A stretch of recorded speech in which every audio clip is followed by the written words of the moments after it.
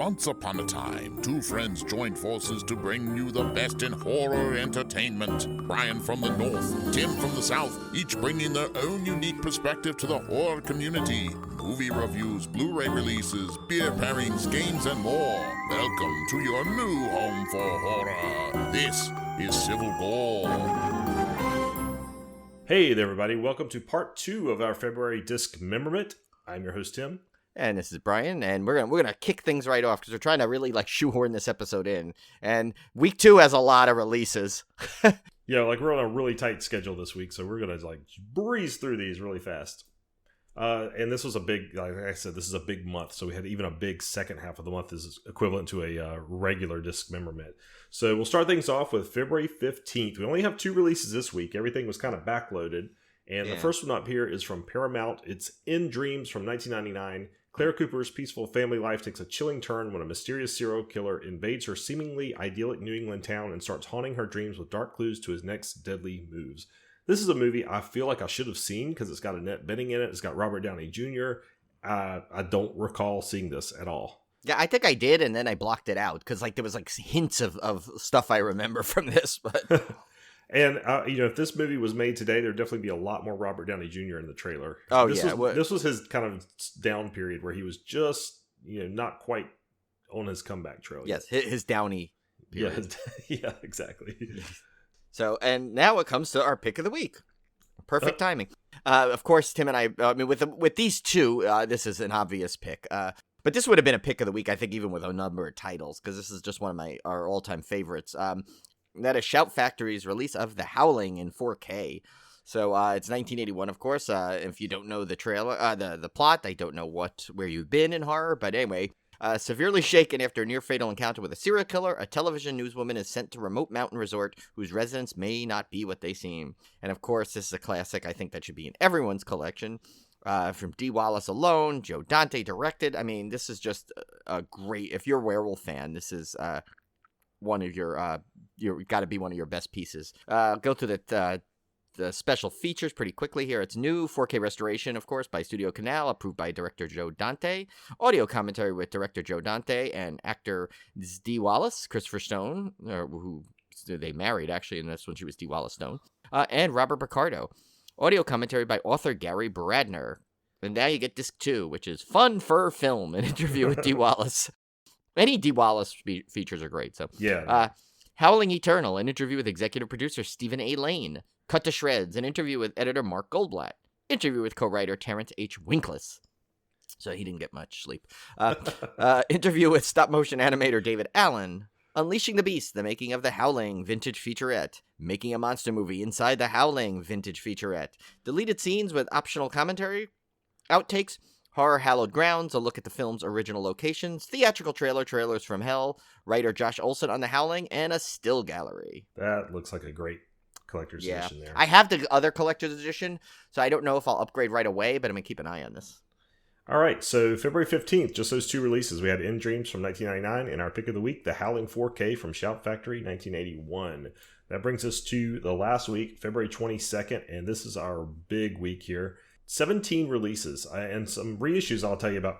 The reissues are that great box set, Cold War Creatures, 4 films from Sam Katzman. That was an Arrow release. They've re-released that. One of our favorites, Coco Day. Yes. Reissue, which was kind of a cool. I really need to pick that one up. Mm-hmm. And then one of my favorites that I discovered, fairly recently was Dead and Buried. They're doing a reissue that was released in a really nice 3-disc limited edition set by Blue Underground. And this is a reissue with a remaster and kind of a single disc version, but it's got a ton of extras on it. So definitely look out for that one. Yeah, I got to get that Coco Day one too. I don't know how I missed that one to purchase because we loved it so much. But yeah. All right, so let's go right into this. Now, this first one you hear is going to be a hint to our pick of the week. Yeah, pretty. And knowing Tim, Tim and I, like you probably do by now, that's a no-brainer what this one's going to be. But so first one up is Shout Factory's Alligator 2: The Mutation from 1991. Somehow I never got to see this one. A giant alligator runs riot in a small town with a lake connected to a sewer drainage system. Nobody believes the sightings until lots of people have been killed. And this one has Dee Wallace in it. It looks really cool. It actually looks way better than I thought it was going to be. Yeah, and it's got Dee Wallace and Joseph Bologna, who every time I hear his name, I want to just reenact the scene from Weird Science, where he goes, my husband doesn't stand for baloney. But and also it's kind of like they meet, like it's like a WWE like meets like alligator in this rollicking sequel there. And I spotted Brock Peters. Tim, did you know who Brock Peters is? No. He's an actor. You might know him. You recognize him from Star Trek 4: The Voyage Home. He was one of the Starfleet Academy officers that were kind of like in the beginning of the movie. That was kind of like I think trying to vote down their mission, so to speak, or help them. I can't remember actually now what he did, if he was for or against the mission to go back in time to get the whales. But anyway, you'd recognize him right when we saw it. But I know him actually specifically. He was the voice of Darth Vader for the famed Star Wars radio drama. So he's got a very deep voice too, a very good voice. And he did next to James Earl Jones, of course, you prefer James Earl Jones, but he's actually a pretty good fill-in with James Earl Jones. Couldn't have done it. So interesting. Yeah, he's great. He's one of my favorite actors. So. This one has some really good extras for this movie, I would say. Yeah. It's got a new 4K restoration from the original camera negative. New From the Echo Lake Lagoon, an interview with director John Hess. New Dead in the Water, an interview with special effects coordinator John Eggett. New Cutting with Teeth, an interview with editor Marshall Harvey. New Become the Hunted, an interview with actor Kane Hodder. I didn't know he was in there. New Blood Brothers, an interview with second unit director Eugene Hess and also a theatrical trailer. Yeah, I can't wait for this. I have this on pre-order already. Shout Factor Alligators. I mean, come on, no brainer. Yeah. The next one is one of those titles that, like, I have to say carefully so you don't get it confused with the other 19 titles that sound close to this. But this one's from Seven Films. This Night of the Demon. Just the Demon. One demon. Not the demons. Not the demons. And this was from 1980. Professor Nugent and his students embark on a journey to locate Bigfoot. Not expected when it's Night of the Demon, but believed to be responsible for countless deaths. They disturb a black magic ritual and eventually uncover the truth about Bigfoot and his offspring. But who will believe them? And yeah, I don't know why Bigfoot at one point is wielding an axe in this. And even blurry, he looks bad. Oh, this my costume God. looks terrible. Yeah, it almost looked like they just they took a scene from like the Incredible Hulk TV show with Lou Ferrigno and like digitized fur on it. Yes, or something. that's the exact thing I thought about. I was like, oh my God, that looks like the Incredible Hulk. Right? It did. It It's really so did. weird.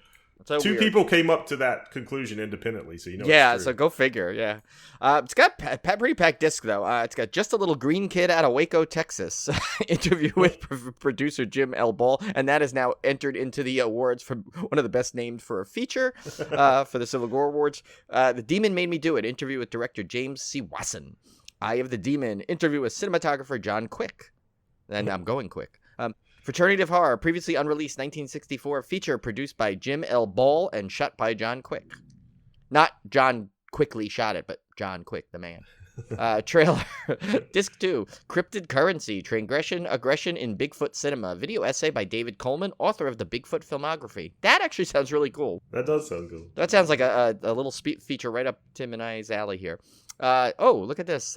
He's not a film historian, but we know him. Tales from the Cryptid, an interview with Stephen R. Bissett, co-author of Cryptid Cinema. So he's not in his film historian role at this point, so his Bissett tapes won't be mentioned. Deconstructing Patty, an interview with William Munns, author of When Roger Met Patty. That was, of course, the unknown prequel to When Harry Met Sally. I don't know if you've ever seen that, but No, I haven't seen that one. You should watch that. It's pretty good. And in fact, when Billy Crystal and Meg Ryan saw that, they went to the director, went to the production company and said, hey, we'll have what they're having.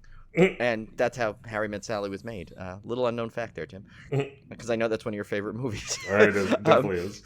Sorry, I'm way off the rails today. In Mondo Bigfoot, an interview with Lyle Blackburn, author of Boggy Creek Casebook. There's a lot of cool features on this disc too here. It really is. Ban the Sadist Videos and Ban the Sadist Videos Part 2. And then My Nasty Memories, an interview with Ban the Sadist Videos director David Gregory, in case you had the questions about Ban the Sadist Videos. I feel like the extras are probably better than the movie for this one. Oh, absolutely. Like, I wonder if you could just buy the extras. Can I just buy disc 2? All right, next up from Powerhouse Films, we have The Devil's Men, a.k.a. The Land of the Minotaur from 1976. Tourists visiting a Greek archaeological site are being abducted by a strange cult intent on providing their god, the Minotaur, with sacrifice. Irish priest Father Roche, Donald Pleasance, enlists the help of former pupil and a private detective to find out what has happened to them. This has Donald Pleasance and Peter Cushing in it. I mean, this has got to be one I have to watch. I don't care how good. I mean, it can't be that bad, right? With those two in it. Oh, it can't be bad at all. In fact, but like, could Donald Pleasance ever get a profession though? That's easy. He's always got like fighting like the most evil thing. Like I swear, if he worked at McDonald's, he'd end up fighting like a possessed Big Mac. You know, he really would. Yeah. Yeah, never gets a break. Oh, this has some good extras on it. It's got a new 2K restoration from the original camera negative, 2 presentations of the film. You have the original cut, which is The Devil's Men at 94 minutes, and then the shorter U.S. theatrical version, which was released as Land of the Minotaur at 86 minutes. Original mono audio, an audio commentary with critics and authors David Flint and Adrian J. Smith. The John Player Lecture with Peter Cushing from 1973, the legendary actor in conversation at the National Film Theatre in London. That's Interview cool. with producer Frixos Constantine, which is my new favorite name. Yeah, that is my new favorite name, Frixos Constantine. Feature-length Super 8 version, image gallery, promotional and publicity material, and a limited edition exclusive booklet featuring a new essay by Andrew Graves, an archival interview with the star Donald Pleasance, extracts from original promotional materials, an overview of contemporary critical responses, and film credits. Pretty cool. Yeah, that is some good stuff there. Next one is from Scorpion Releasing, Deep Space from 1988. An American satellite with a new biological weapon gets out of control and crashes onto U.S. territory. A slimy monster emerges and manages to escape, killing everyone who crosses his path. Police Lieutenant Macklemore gets the job to stop the killing machine. I remember this one being on cable, actually. Yeah. I bet you Steve Cohn remembers this one, too, because I think this used to be kind of like an HBO like mainstay, but I have to check with him. I'm sure he'll update us. He always does. It was previously remastered in 2018, and it's got an audio commentary on here with director Fred Olin Ray.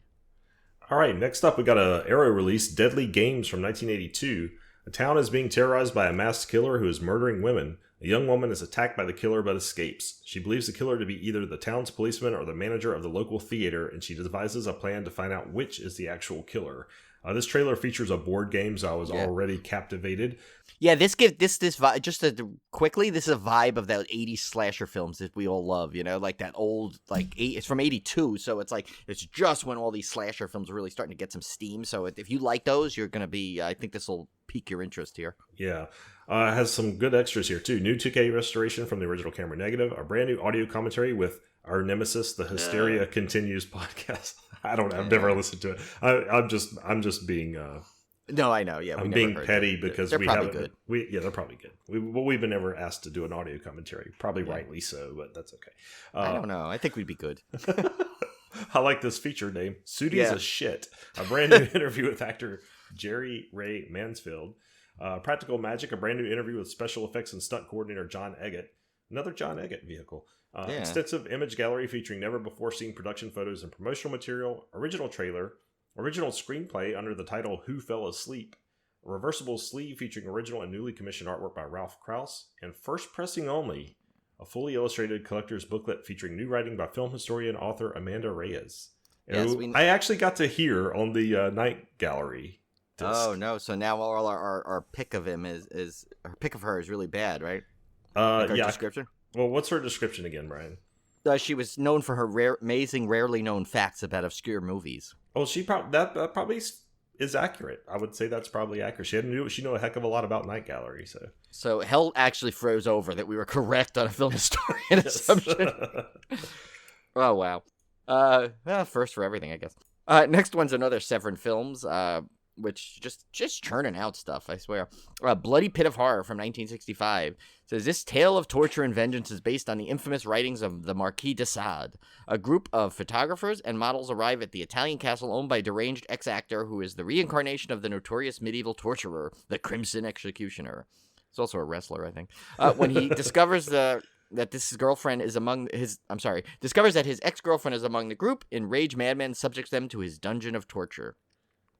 And funny he said that because it does look like a weird wrestling storyline, doesn't it? Like where he's like got a mask and everything. Yeah, it's a ridiculous outfit, by the way. Yeah, right. I'm not sure what. Yeah, and like Tim says, trying to figure out where the horror comes in. It really doesn't show much horror in here, but But anyway, other than a slight bit of torture, I guess. It's new 2K film restoration of the film from the original uncut camera negative. New audio commentary with filmmaker David DeCoteau and film historian David DeVal, which we've mentioned a bunch of times. I'm not going to go over it now because I forgot to add it. And we don't really have have the time for me to add it, but you guys know. You've heard them before. Alternate opening sequences, the trailer, and English and Italian mono tracks with optional English SDH subtitles for the main feature. Next up, from Powerhouse Films, we have Voices from 1974. This has a very long Italian name that I did not bother to put on here, but it was a little difficult to find the trailer because of that. So after her young son accidentally drowns, a woman has a breakdown and is finally placed in a mental hospital. After her release, her husband takes her for a weekend at a secluded country mansion, hoping to help her recover.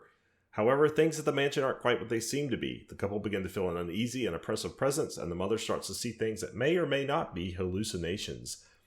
This is actually, I found out what that movie, The Others, from I think 2001. That was a remake of this movie, which I thought was pretty cool. You couldn't tell that from the trailer. The trailer is kind of a hot mess, but it does have some good extras here. New 4K restoration from the original Separation Masters Powerhouse Films. Original mono audio commentary with writers Barry Forshaw and Kim Newman, who we mentioned before. Yes. Not a new film historian Vic Pratt. How about that? Actually, wait a minute, Tim. Technically, we owe him a congratulations because when we met him, he was just a scholar, not a historian. Oh, now wow. He is. So congratulations to Vic Pratt. He is now advanced. I think this might be our first advancement we've witnessed. You know, I feel like we're like John Hammond. You know, in that scene in Jurassic Park when he's like, "Why didn't you tell me I'd like to be here when they're born?" You know, like I feel like we should have been there, like when he got his award. But so congratulations, your card is in the mail. Yeah, you're an official film historian now. I wonder if Fowler though is like a little like he's going to lose his Fowler and Pratt. How about that show? I don't know, because he's still a scholar. I don't know if he advanced. I mean, poor Will Fowler now needs a new scholar. Yeah. So anyone out there? Vic Pratt may be going solo now. I don't know. Yeah. He explores the early years of Hemming's production company, Hemdell. Image gallery, promotional and publicity material, and a limited edition exclusive booklet featuring a new essay by Julian Upton, archival interviews with actors David Hemmings and Gail Honeycutt, a look at the source play, an overview of contemporary critical responses, and film credits. Yes. The next is Severin Films again with Black Candles. 1892. Whoops. 1982. Sorry.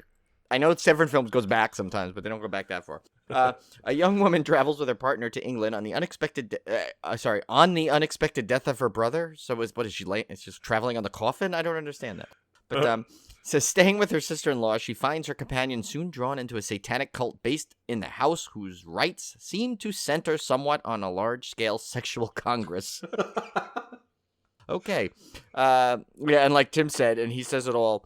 This looks cool only in the way Severin can make any movie look cool. Yep. And that is, I couldn't have said it better myself, so I just reiterated it. It's got some features. 2K restoration of the film, new audio commentary with Rodney Barnett and Troy Gwynn, hosts of Nashi Cast. So we got to listen to that one. That's a Paul Nashi podcast. Yeah, I mean, come on.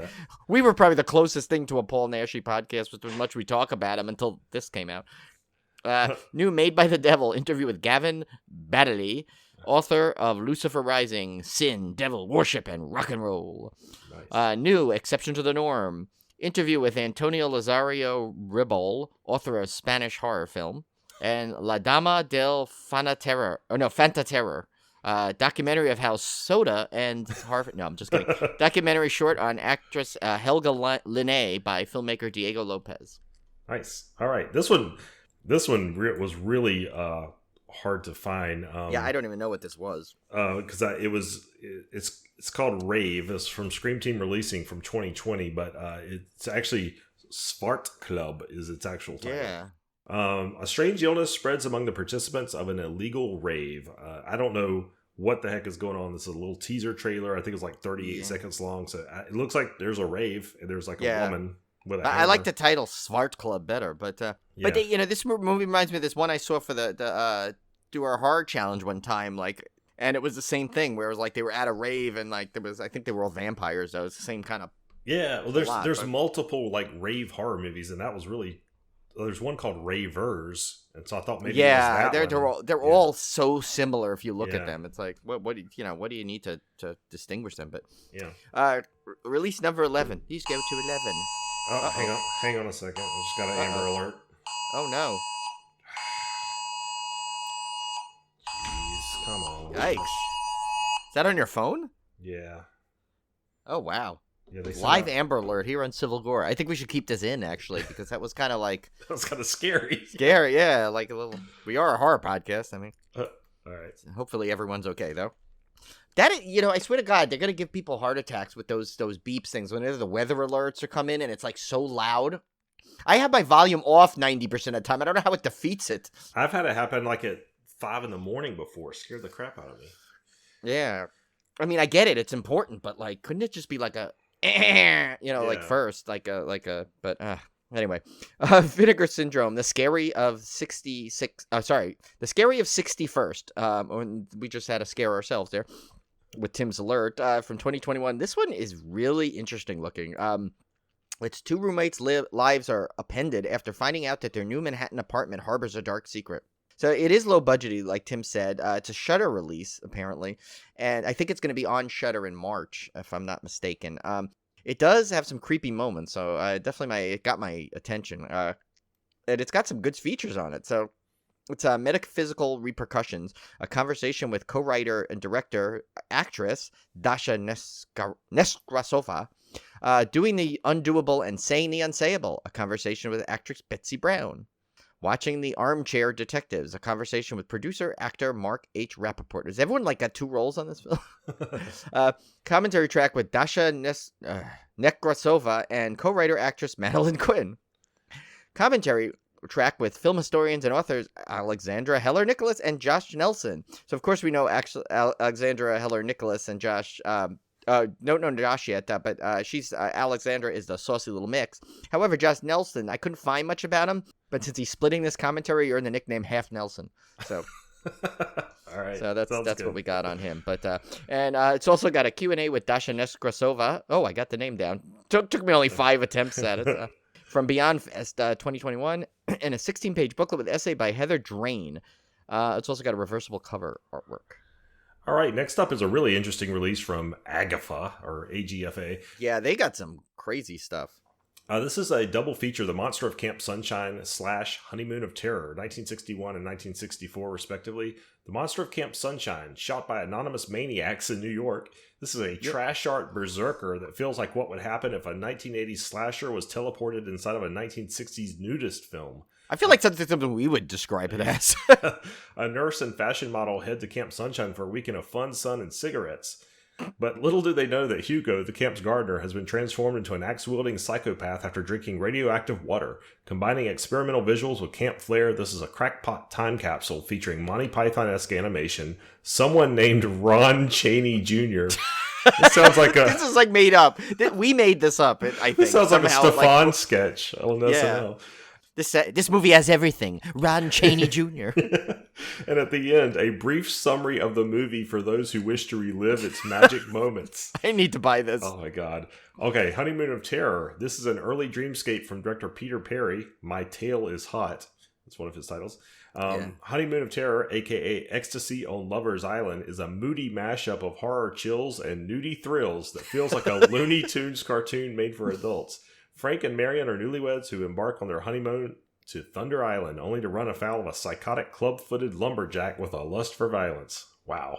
I tell you, AGFA comes up with the most colorful characters. Wow. Yeah. I mean, where are you going to find this on Blu-ray other than from these guys? I might have to buy this one, though. This thing is crazy. 2K restorations from the original 35mm camera negatives, nudie horror trailers from Hugo's Shack, bonus movie... Here comes our mandatory serial apist reference. Yeah, yes, of course. Bonus movie, All Men Are Apes, from 1965, 63 minutes, transferred from the original Something Weird SVHS master and inside cover artwork. Now, how weird does that have to be labeled Something Weird with the other releases we just mentioned in this on this disc? Jeez. Crazy. But yeah, serial apist again does not get to be included on this. I don't understand it. We really need to get a hold of that movie. Yeah. I know it exists. I know they have like a master cut of it that they probably all enjoy, like all the cast of The Big Bang Theory enjoy. Yeah. The next one is Vinegar Syndrome's Curfew from 1989. 2 escaped brothers track down the people who sentenced them to death row, including a doctor and the judge. That's probably it. But when they get to the DA, and his family, they have especially lengthy revenge plot in mind for them. I have no idea what the hell is going on in this thing. I see them eating a turkey at one point. I see a lot of screaming, but yes. So very interesting trailer. It does have a new 2K restoration from an Interpositive. Mind Games, an interview with actor Wendell Wellman. Still Scary, an interview with editor Carol Kravitz. Icanian, I guess. Yeah. Original trailer and reversible cover art. Why am I stuck with the names this week, dude? Yeah, I know. You got all the bad names. Release 14 here, Yellow Veil Pictures, and I haven't heard of them yet. No, they're new. That's definitely a new one. This is the Midnight Swim from 2014. Spirit Lake is unusually deep. No diver has ever managed to find the bottom, though many have tried. When Dr. Amelia Brooks disappears during a deepwater dive, her $3 travel home to settle her affairs. They find themselves unable to let go of their mother and become drawn into the mysteries of the lake. This one looks really kind of artsy. Yeah, someone obviously let go to her because she's at the bottom of this lake, apparently. This has an audio commentary from cast and crew, the Three Sisters featurette, the Sirens short film, the Phoenix and the Turtle short film, theatrical trailer, and essays by writers Justine Smith and Nicole Cliff, along with some reversible cover artwork. Yeah, this looks bizarrely intriguing, though. I actually want to see this. It looks a lot like an A24 type film, you know. Oh, yeah, totally. Next one, again from Vinegar Syndrome. This is Forgotten Jolly, Volume 3, I guess, 1972, 1977. I think I remember us talking about the other two. Yeah. It just says Autopsy, Murder Mansion, Crazy Desires of a Murderer, the titles on here. And I'll try and go through these quick because there's a lot here. Autopsy has a new 2K restoration from the original camera negative, includes both English and Italian language soundtracks. Archival theatrical introduction with director Armando Crispino. Editing and rhythm, an interview with editor Danielle Alabiso. I am getting stuck today. The Autopsy Papers, an interview with Francesco Crispino, film historian and son. Wow, that's new. That sounds like a buddy movie, doesn't it? Like, it's film historian and son. Yeah. And son of director Armando Crispino. And the only thing I could find on him, though, I did find a little bit. I said he was known for his late-night talk show Francesco had. He said where he paired wines and horror movies. It was called Crispino Noir. So, I think it might be on Tubi. Not sure. Black Hole Sun. Oh, God. Black Hole Sun, a featurette on the career of director Armando Crispino. Original theatrical trailer, alternate Italian titles and credits, and reversible cover artwork. Murder Mansion has a new 4K restoration from the original camera negative, includes the Spanish language soundtrack with new English translations, as well as the English and Italian language dubs. Italian dub is not translated, though, for all you people that were asking. Lady of the Mansion, an interview with actress Ida Galli, a.k.a. Evelyn Stewart. Oh my God, the easy name I mess up. I have an Aunt Evelyn. I've said her name 100,000 times. How do I mess up Evelyn? Reversible cover art. Then we have the final is Crazy Desires of a Murderer. It has a new 4K restoration from the original camera negative. Crazy Memories of an Actor, an interview with actor Giuseppe Colombo. Reversible cover artwork. We should probably try to rush through these more often. It makes it far I know more there's more comedy in the rush. All right, next up from Saturn's Core Audio and Video, we have Sinister from 1996. 2 bank robbers hole up at an abandoned house and are stalked by an evil force. And this trailer is notable for its dialogue. My brains are coming out, which is how I felt while watching this trailer. Yeah, and the Foley artists work overtime. There's like parts where the door slams. It's like slam. it's like this exacerbated sound. This has a ton of extras on it. Newly restored director's cut and audio commentary with director-editor Ronnie Sorter. 2 isolated audio tracks featuring music by composers Larry Simmons and Clark Carter. Original alternate 1997 Sinister cut of 71 minutes featuring a new optional retrospective commentary with director Ronnie Sorter. Archival cast commentary with director Ronnie Sortor, writer-producer Todd Reynolds, and actor Dan Skinner. Archival audio commentary with special effects artist Mike Starrin. Beyond the Screen, new behind-the-scenes featurette. Sinister Studio 2060, behind the scenes of the final cut shoot. Composing Sinister, an interview with composer Clark Carter. Sinister, a before and after comparison. I guess you have to see that in text to understand that. Yeah. They're spelled differently. Vintage 1994 TV news coverage. I'll Take Real Remains, a short film by Ronnie Sortor with optional director's commentary. Behind the scenes of Remains, trailers, and reversible sleeve. And finally, we have the last one before our pick of the week, and that is TerrorVision's Killing Spree. A man suspects his wife of adultery and goes on a killing spree, eliminating all he believes are sleeping with her, but his victims don't stay dead. Oh my god, did you actually get to watch this trailer? Yes, I did, and it is insane. This needs to be a Civil Gore commentary. I think so. Movie. Yeah. I already looked to see. I couldn't find it like for free, but I think for $2.99 we could rent it. Oh, it's on Prime. Yeah, I think we need to do this that's because happening. this thing is nuts. It's like a lot of this guy screaming the whole time, and then it keeps going. Like when you think the trailer's over, this thing is nuts. We got to do this.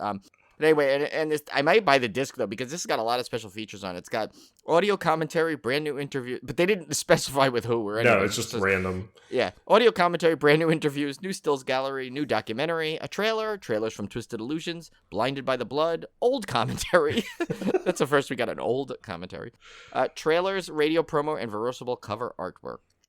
But you guys go do yourself a favor and watch this trailer. It's amazing. Seriously. Yeah, it is amazing. All right, well, that brings us to our pick of the week. And as we alluded to, you probably guessed this one from our Alligator 2 mention. This is Shout Factory's collector's edition release of Alligator, one of my favorites of all time, from 1980. Yes. An alligator is flushed down the toilet as a baby and grows into a gargantuan monster by eating the corpses of laboratory animals who have undergone dubious hormone experiments. No-brainer purchase. Brian's already got this on pre-order, so. Yeah, this 1 and 2, I pre-ordered the second that thing came out. I just popped it in there. I'm like, I gotta have these. Yeah, this looks amazing. So disc 1, you have the 4K theatrical version, exclusive new 4K restoration from the original camera negative, and audio commentary with director Louis Teague and actor Robert Forster.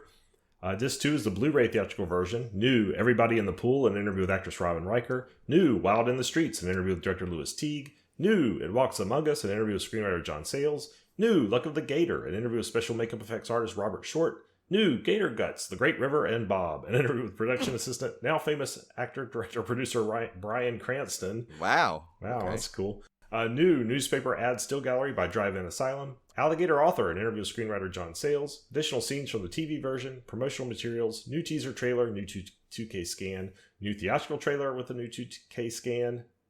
We're both getting cut. I know, with this 2K scan. New TV spots with a new 2K scan. Trailers from Hell, filmmaker Karen Kusama from Jennifer's Body on Alligator. Wow, that's cool. I like that. Alligator game television commercial. Still gallery, movie stills, movie posters, lobby cards, and behind-the-scenes photos. And then disc 3, you have the Blu-ray extended television version, which is the one I'm familiar with because that's where I first saw this. Yeah. New 4K restoration from the OCN with additional footage from an interpositive, and the extended television version is presented in high definition for the first time ever. That to me alone, just for the nostalgia, for me personally, would be worth this whole disc. Yeah, the only thing I'm bummed at is because I don't have my 4K set up yet. It looks like that audio commentary is only on the 4K version, but I'm still okay with it. I'm eventually going to upgrade to the 4K, and this one just looks so cool. I love that it has that alligator game commercial. Do you remember that game? Yeah, I do. That was so cool. I never had it, but I remember that. I don't think I had it. I think a friend of mine had it, so I played it. But that was so cool, and the fact that it's got the commercial for it on there, what a cool little hidden feature. They did it. Shout Factory just comes up sometimes with just stuff that you never thought you wanted until they talk about it, and then you're like, yeah, I need that. I wanted that and needed it.